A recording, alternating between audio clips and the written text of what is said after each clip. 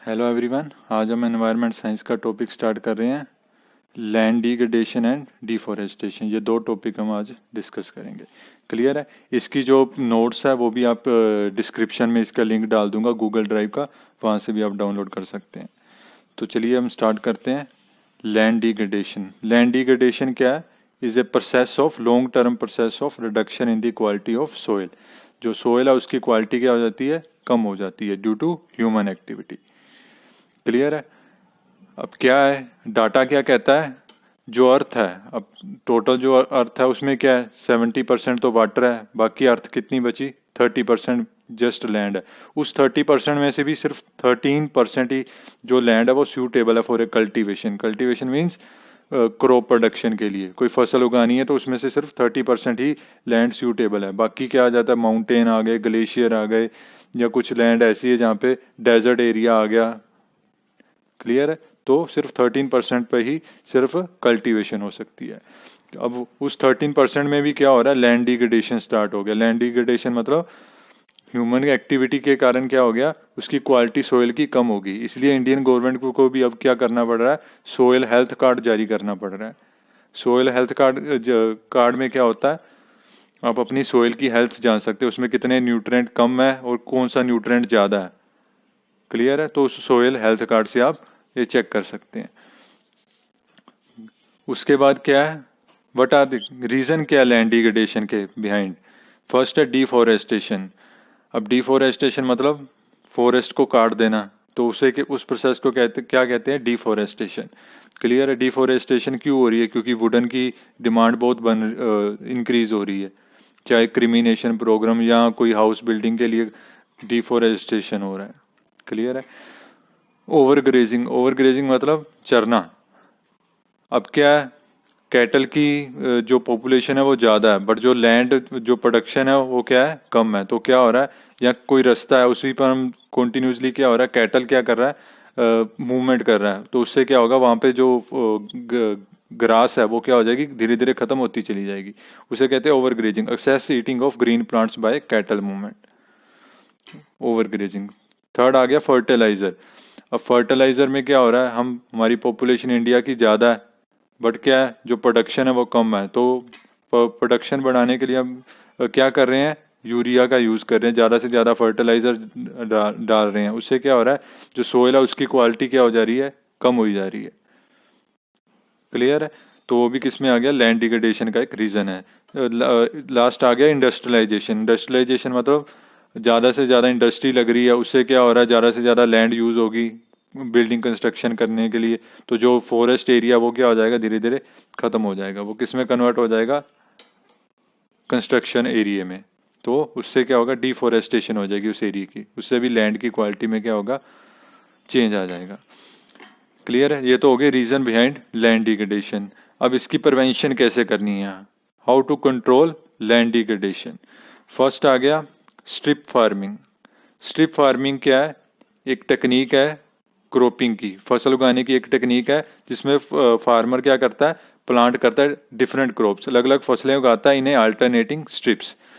Example ले ली, कहता है एक लैंड है या किसान की कोई उसकी पर्टिकुलर लैंड है, उसमें क्या करेगा? लंबे लंबे स्ट्रिप्स बना लेगा। स्ट्रिप्स मतलब उस लैंड को लॉन्ग स्ट्रिप्स में डिवाइड कर देगा, लॉन्ग एरिया में। क्लियर है? अब इस लॉन्ग एरिया में डिवाइड, ये एक लैंड है तो इसको मैंने 3 स्ट्रिप्स में डिवाइड कर दिया। अब उसने क्या कहा? डिफरेंट क्रॉप्स उगानी है। कहता जैसे कम्बिनेशन ले रहे, कर्नाटक एरिया है, वहाँ के चित्रदुर्ग है, वहाँ पे एरिया में स्ट्रिप फार्मिंग करते हैं। क्यों? वहाँ पे क्या हो रहा है? सोइल एरोजन बहुत हो रहा है। क्लियर है? उसको रोकने के लिए क्या हो रहा है? स्ट्रिप फार्मिंग वहाँ यूज़ करते हैं। स्ट्रिप फार्मिंग की कौन सी एग्जांपल लेते हैं वहाँ पे? ग्राउंड नट और फिंगर मिलेट। ग्राउंड नट हो गया आपकी मूंगफली, और मिलेट होगी आपकी दालें। क्या करते हैं? जो मिलेट्स की जो प्रोडक्शन होती है, उसकी जो फसल होती है उसकी हाइट ज़्यादा होती है। जो ये ग्राउंड नट है, इसकी जो फसल उसकी हाइट कम होती है। अब क्या होगा, कोई भी एयर वेलोसिटी या कोई स्ट्रॉम आएगा तो ये फसल क्या है? इसकी हाइट ज़्यादा है। फिर क्या कर दिया? थर्ड रो में अगेन मिलेट लगा दिया, बीच में क्या लगा दिया? Groundnut. तो क्या होगा? जो एयर है वो क्या करेगी, इसकी जो फसल की जो हाइट है क्रॉप की वो क्या ज़्यादा है, तो एयर की जो वेलोसिटी है यहाँ पहुँचते पहुँचते क्या हो जाएगी, कम हो जाएगी। तो उससे जो सोइल एरोजन होता है जो स्टॉर्म के कारण वो क्या हो जाएगा, कम हो जाएगा। स्ट्रिप फार्मिंग वहाँ यूज़ करते हैं। क्लियर है। सेकंड एग्जांपल आ गई क्रॉप रोटेशन। क्रॉप रोटेशन मतलब अब पंजाब की एग्जांपल ले लो, वहाँ पे क्या हो रहा है, दो ही फसलें उगाई जाती है, राइस और व्हीट। तो उससे क्या हो रहा है, राइस क्या करता है, पानी बहुत खींचता है, तो उससे क्या हो रहा है, जो वाटर लेवल है वो बहुत कम हो रहा है। तो क्रॉप रोटेशन में क्या होता है, डिफरेंट क्रॉप्स उगानी चाहिए, ये नहीं भी हर एक साल वही व्हीट और राइस उगाई चलो। तो हम क्या कर सकते हैं, अलग अलग तरह की क्रॉप उगा सकते हैं। क्लियर है। तो उससे क्या होगा, जो सोयल है उसकी फर्टिलिटी रेट भी क्या होगा, इम्प्रूव होगा।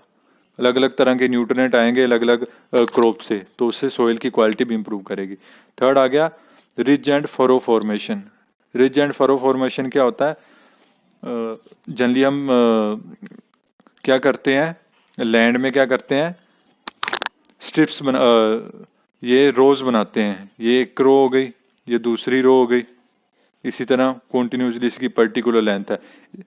ये इस जो जो माउंटेन टाइप का है, यहाँ पे इस पार्ट को क्या कहते हैं, टॉप पार्ट को रिज, जो बॉटम पार्ट है उसको क्या कहते हैं, furrow. Ridge and furrow formation. यहाँ तो हम उगाएंगे अपनी क्रॉप, यहाँ पे क्या होगा, वाटर की सप्लाई करेंगे। क्लियर है। जनरली हम क्या करते हैं खेतों में, ये लैंड है पूरे एरिया को वाटर से फिल कर दिया, उससे क्या होता है, वाटर की कंजप्शन ज़्यादा होती है। But ridge and furrow formation में क्या होता है, वाटर की कंजप्शन कम होगी, जहाँ पे पहुँचाना है। जनरली यहाँ पे हमने फसल उगा दी तो उसकी रूट्स जनरली यहाँ होंगी, तो वाटर यहाँ क्या करेगा, इसको इजिली कैच कर लेगा। तो वाटर भी कम लगाना पड़ेगा, वाटर का यूज़ भी कम होगा, और हमारी फसल भी क्या है, कम वाटर से अच्छी हो सकती है। क्लियर। इसको कहते हैं रिज एंड फरो फॉर्मेशन। फिर आ गया कंस्ट्रक्शन ऑफ डैम। अब क्या होता है, जब भी कोई फ्लड आता है तो क्या आता है, उसके साथ सिलट और साल्ट आ जाता है, तो उससे क्या होता है, जो लैंड वो ऊपर जब लैंड के ऊपर आ जाएगा तो वो क्या हो जाएगा, लैंड की क्वालिटी को डिस्टर्ब करेगा।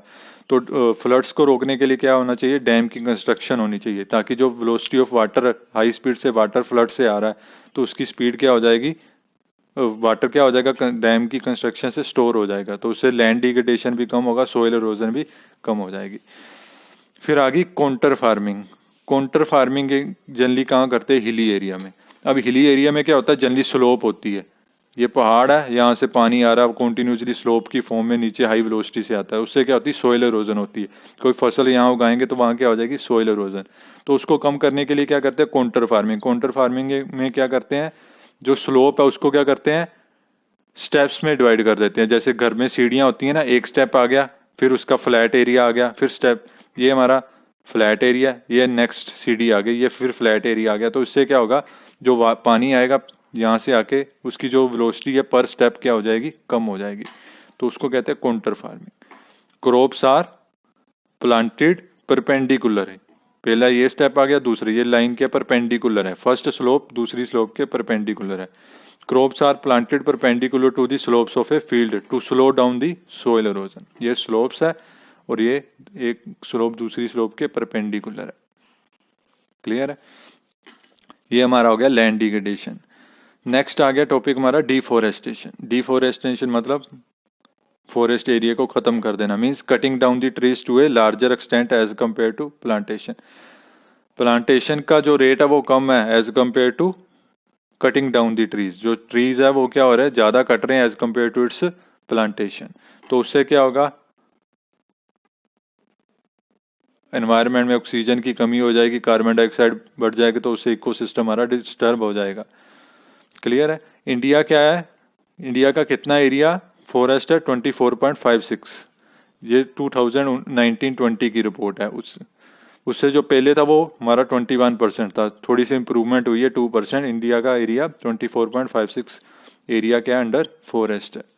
क्लियर है। अब रीजन क्या है डिफोरेस्टेशन के, क्या हो रही है, माइनिंग, इलीगल माइनिंग हो रही है। माइनिंग क्यों करते हैं, नीचे क्या है, हमारे सोर्सेज हैं, जैसे कोल हो गया, पेट्रोल हो गया या दूसरे, उसको निकालने के लिए क्या करते हैं, या सैंड है, तो क्या होता है, जनरली रिवर के आसपास या जहाँ पे हमारे ये सोर्स है नीचे, वहाँ क्या कर देते हैं, अगर वो फॉरेस्ट एरिया में है तो उसको निकालने के लिए क्या करते हैं, फॉरेस्ट एरिया को खत्म कर देते हैं। तो इलीगल माइनिंग के कारण भी क्या हो रही है, डिफोरेस्टेशन हो रही है। उसके बाद सेकंड आ गया urbanization. Urbanization means urban area बहुत ज़्यादा हो रहा है, पॉपुलेशन बहुत बन रही है, ज़्यादा हो रही है। पॉपुलेशन ज़्यादा होगी तो नई कॉलोनीज काटनी पड़ेंगी, तो उससे क्या होगा, जो वहाँ पे क्रॉप प्रोडक्शन हो रही है या फॉरेस्ट एरिया वो ख़त्म हो जाएगा। थर्ड रीज़न आ गया फॉरेस्ट फायर। फॉरेस्ट फायर में क्या है, जंगलों में आग लग जाती है। अब जैसे हमारे उत्तराखंड हो गया, हिमाचल हो गया, या कहीं भी ऑल ओवर वर्ल्ड क्या हो रही है, जैसे ऑस्ट्रेलिया में या न्यूजीलैंड में क्या हो रहा है, जनरली फायर्स के चांसेस क्या होते हैं, ज़्यादा। तो वहाँ क्या हो जाता है, ड्राई ड्राई जो सीज़न होता है वहाँ पे क्या होता है, जंगलों में आग लग जाती है ड्यू टू ह्यूमन एक्टिविटी कह लो चाहे, या ड्यू टू नेचुरल। तो उससे क्या हो गया, वो फॉरेस्ट एरिया ख़त्म हो जाता है, तो वहाँ भी डिफॉरेस्टेशन का कारण। एग्रीकल्चर डिमांड, अब पॉपुलेशन जहाँ ज़्यादा होगी वहाँ पे प्रोडक्शन भी ज़्यादा करनी पड़ेगी। प्रोडक्शन ज़्यादा करनी पड़ेगी, जो फॉरेस्ट एरिया उसको क्रॉप प्रोडक्शन के लिए यूज़ करेंगे, नेचुरली वहाँ पे फॉरेस्ट काटने पड़ेंगे जब उस लैंड को प्रॉपर प्लेन करेंगे, तो वो भी एक रीज़न है। क्लियर है, ये हो गया हमारे रीज़न बिहाइंड डिफॉरेस्टेशन। अफेक्ट क्या हो रहा है अब डिफॉरेस्टेशन का, क्लाइमेट चेंज हो रहा है, फॉरेस्ट ख़त्म हो रहे हैं, तो क्या हो रहा है, टेम्परेचर अर्थ का क्या कर रहा है, इंक्रीज़ कर रहा है। टेम्परेचर अर्थ का इंक्रीज़ करेगा तो क्या होगा, ग्लेशियर मेल्ट हो जाएंगे, तो उससे फ्लड आ रहा है, लैंडस्लाइड हो रहा है, तो ये फर्स्ट रीज़न है। उसके बाद आ गया क्या इफेक्ट है डिफॉरेस्टेशन का, सोइल एरोजन। अब सोइल एरोजन क्यों होता है, जनरली ट्रीज क्या करते हैं, वो जनरली जो सैंड होती है या सोइल होती है उसको क्या करते हैं, उसकी पार्टिकल्स को बाइंड करके रखते हैं, उसकी जो रूट्स होती है ट्रीज की। इसीलिए जनरली जो रिवर होती है उसके दोनों साइड पे क्या करते हैं, ट्री प्लांटेशन करते हैं। वो इसीलिए करते हैं ताकि जब वाटर का फ्लो ज़्यादा हो जाए तो वो जो रिवर है वो क्या ब्रेक ना कर जाए, इसलिए वहाँ पे ट्री प्लांटेशन करते हैं। अगर ट्रीज नहीं होंगे, डिफॉरेस्टेशन हो जाएगी तो सोइल एरोजन हो जाएगा। सोइल एरोजन मतलब जो एयर है वो वन प्लेस से दूसरी प्लेस में ट्रांसफर हो जाएगी ड्यू टू एयर। क्लियर है। थर्ड आ गया बायोडाइवर्सिटी लॉस। अगर डिफॉरेस्टेशन होगा तो वहाँ पे जो इकोसिस्टम है, चाहे एनिमल्स हैं चाहे अलग अलग तरह की स्पीशीज है, वो क्या हो जाएंगी, उनको खाने को कोई चीज़ नहीं मिलेगी। मोस्टली जो एनिमल्स हैं वो किस पे डिपेंड है, फॉरेस्ट पे। जो वेजिटेरियन एनिमल्स हैं वो फॉरेस्ट पे डिपेंड है। अगर वो ख़त्म हो जाएंगे फॉरेस्ट, तो इकोसिस्टम या बायोडाइवर्सिटी लॉस स्टार्ट होना शुरू हो जाएगा। क्लियर है। अब सोल्यूशन क्या है डिफॉरेस्टेशन का, इसका कोई सोल्यूशन नहीं है, एक सिंपल है, अवेयरनेस। फर्स्ट आ गई प्लांटेशन। प्लांटेशन प्रोग्राम ऑर्गेनाइज करने चाहिए जो गवर्नमेंट जनरली अरेंज भी करती है। इसी तरह जो ट्रीज है उनकी अगर कटिंग पे बैन होना चाहिए। इन्हें बायोडाइवर्सिटी एरिया, एक पर्टिकुलर हमने एरिया को डिफाइन किया, ये हमारा इको एरिया या बायोडाइवर्सिटी एरिया है, वाइल्ड एरिया, तो वहाँ पे ट्रीज की स्पीशीज को बैन होना चाहिए, उसकी कटिंग को। जो स्ट्रिक्ट लॉज है वो हमें बनाने चाहिए, ताकि अगर कोई इलीगल इसकी करता है, फॉरेस्टेशन को, ट्रीज को कट करता है, तो प्रॉपर उस पर लॉ बनना चाहिए ताकि स्ट्रिक्ट एक्शन हो सके। तो अवेयरनेस प्रोग्राम अरेंज करने चाहिए स्कूल या कॉलेजेस या इन सोसाइटी, ताकि जो अवेयरनेस है जो लोगों में फैले, ताकि प्लांटेशन ज़्यादा से ज़्यादा हो। क्लियर है। तो ये हमारा टॉपिक कंप्लीट हो गया, डिफॉरेस्टेशन एंड लैंड डिग्रेडेशन। इसके जो नोट्स है मैंने पहले ही बताया, आप डिस्क्रिप्शन में ले सकते हैं।